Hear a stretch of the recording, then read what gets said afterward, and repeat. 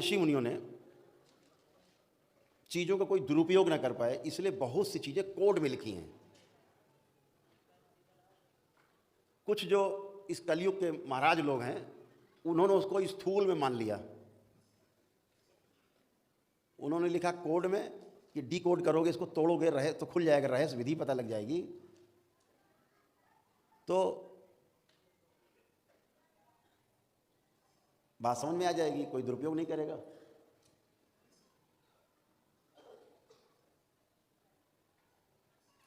जैसे एक, क्या कर रहे हो भाई तुम? ओम।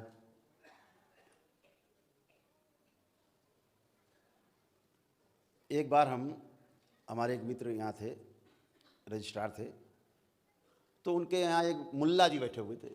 हम ही पहुँचे तो पहले से मुल्ला जी बहस चढ़े हुए थे, और जो रजिस्ट्रार थे पांडे जी बेचारे गौभक्त थे और देवराहा बाबा के बहुत ही अभिन्न कहा जाए उनके कार्यों में सहभागी थे, और उनके ही पद चिन्हों पर चलना, उनके जो बनाए गए छोटी छोटी नियम थे उनके अनुसार चलना, बड़े साधु प्रवृत्ति के अधिकारी थे। हैं मतलब अभी थे, क्या मतलब हैं ये।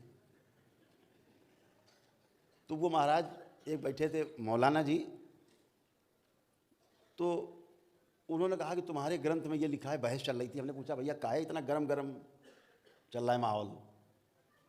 तो उन्होंने कहा कि ग्रंथ में आपके लिखा है कि जब आपके यहाँ यज्ञ होता था, जब भी यज्ञ होते थे,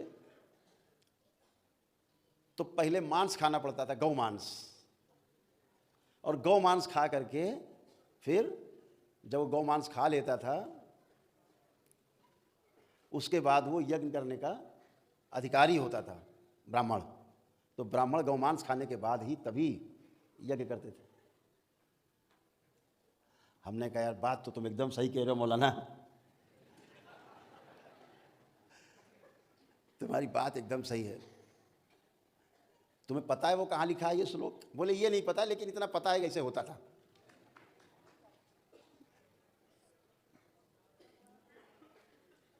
तो हमने कहा मौलाना कभी जाना बाजार में और हठ योग प्रदीपिका खरीदना, उसमें लिखा है, और ये बात सत्य लिखी है कि गौ मांस भक्षण करने के बाद ही कोई ब्राह्मण यज्ञ करने का अधिकारी होता था। लेकिन हमने कहा मुल्ला जी पहले जो लिखा है उसको डिकोड तो करो, तो कोडे पकड़े हो, इसको खोल दो पहले, इसके अंदर असली बात क्या है। ऊपर तो लिखा है मांस भक्षण करते थे, अंदर पढ़ो क्या है, क्या लिखा है क्या, गौ क्या है, गौ मांस क्या है, पता है आपको?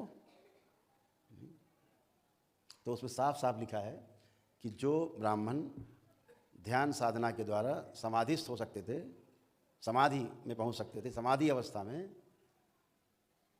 वह ही केवल यज्ञ करने का राजा जनक के यहाँ अधिकारी था। तो अब गौमांस कहाँ चला गया? ये जो ऊपर तालू है ना, ऊपर एक कौवा लटकता रहता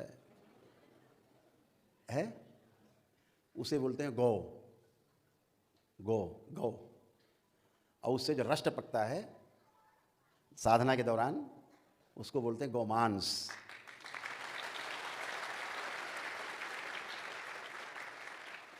और वो तभी टपकता है जब आप इच्छा विचार आशाओं से मुक्त हो जाते हैं, समाधि अवस्था में चले जाते हैं। समाधि का अर्थ है समय आधि, अर्थात समय से पार। तो समाधि अवस्था में जाने पर वो ग्रंथि खुलती है, उससे रष्ट पकता है, और अमृत है वो, अमृत। जो ये कर सकता था वो यज्ञ में बैठने का, हवन कराने का, यज्ञ कराने का अधिकारी था। तुमने तो कोड ही पकड़ लिया सीधे सीधे। भाई डिकोड तो करो, खोलो तो, क्यों है क्या चीज़ गौमांस? वो गौमांस है, साफ साफ लिखा है एकदम स्पष्ट। 3 श्लोक अलग अलग हैं, तीनों में लिखा है।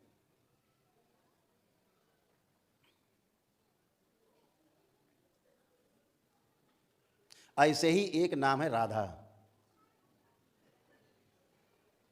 करो डिकोड।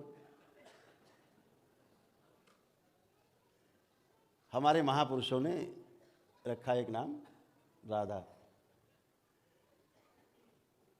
जिसको जो चीज़ प्रिय है, जैसे उसको गौमांस क्यों लिखा? क्योंकि ऋषि मुनियों को गौ सबसे ज़्यादा प्रिय है, तो गौ लिख दिया, उसको गौ नाम रखा। और कुछ नाम रख देते उसका, हम लोग कौवा कौवा कहते हैं, कलयुग वाले कौवा।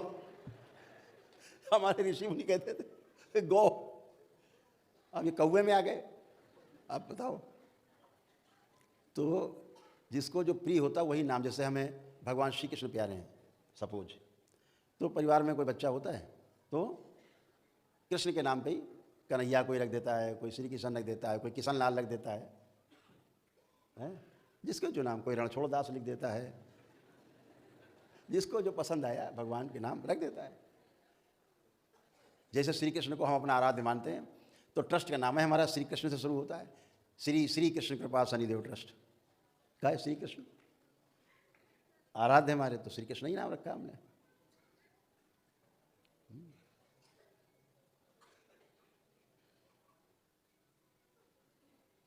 यहाँ स्वामी जी बैठे हमारे साथ 25 साल से, पिछले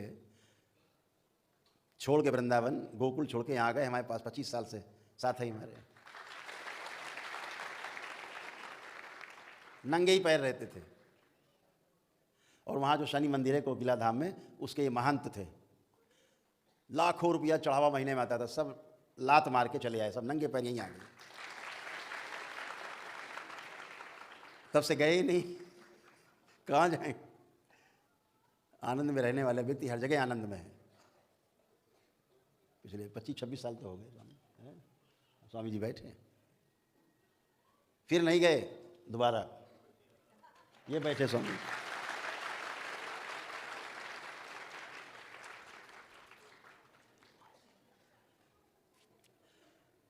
तो हर व्यक्ति जिससे प्रेम करता है वैसा ही नाम बच्चों का रखना, संस्था का रखना। ये अगर आप प्रेम नहीं करते तो आप वो नाम कभी नहीं रख सकते। ना बच्चों का नाम रखेंगे, ना संस्था का नाम रखेंगे, आप कुछ भी नहीं रखेंगे। तो ऐसे प्रेमवश ऋषि मुनि जो साधना करते थे उन्होंने एक नाम रखा, राधा। राधा माने क्या? जो हमारी समझ है उतनी हम बात कर रहे हैं भाई, ज़्यादा ज्ञानियों की बात हमें नहीं पता, अपनी बात कर रहे हैं हम लोग। राधा एक बहुत प्यारा नाम है, बोलने में बहुत लगता है कि जैसे कमल से खिल रहे हैं, अच्छा लगता है बोलने में। अरे दिन भर करते हो राधा रमण हरि बोल, अपने पूज्य गुरुदेव भगवान का नाम भी यही है, राधा ही से शुरू होता है। लेकिन हम किस राधा की बात कर रहे हैं, इसको जब डिकोड करते हैं तो जैसे हमने चर्चा की थी अभी पिछले सत्र में, इसको जान लेना आवश्यक है। इसलिए जान लेना और भी ज़्यादा आवश्यक है कि जिस राधा नाम तक का, राधा इस नाम तक का पूरी महाभारत में, पूरी भागवत पुराण में, पूरी श्रीमद् भागवत गीता में एक नाम तक नहीं कहीं लिखा है राधा। फिर ये राधा कौन है? किस राधा नाम के लिए हम तड़पते हैं? वो कौन सी राधा है? ये राधा कहाँ से आ गई? तो राधा को जैसे भी हमने आपसे कहा कि गोमांस को जब डिकोड किया गया तो क्या निकला? साधना और ध्यान की पराकाष्ठा, समाधि अवस्था में होना, गोमांस भक्षण। ऐसे तमाम जगह कोड में चीज़ें हैं।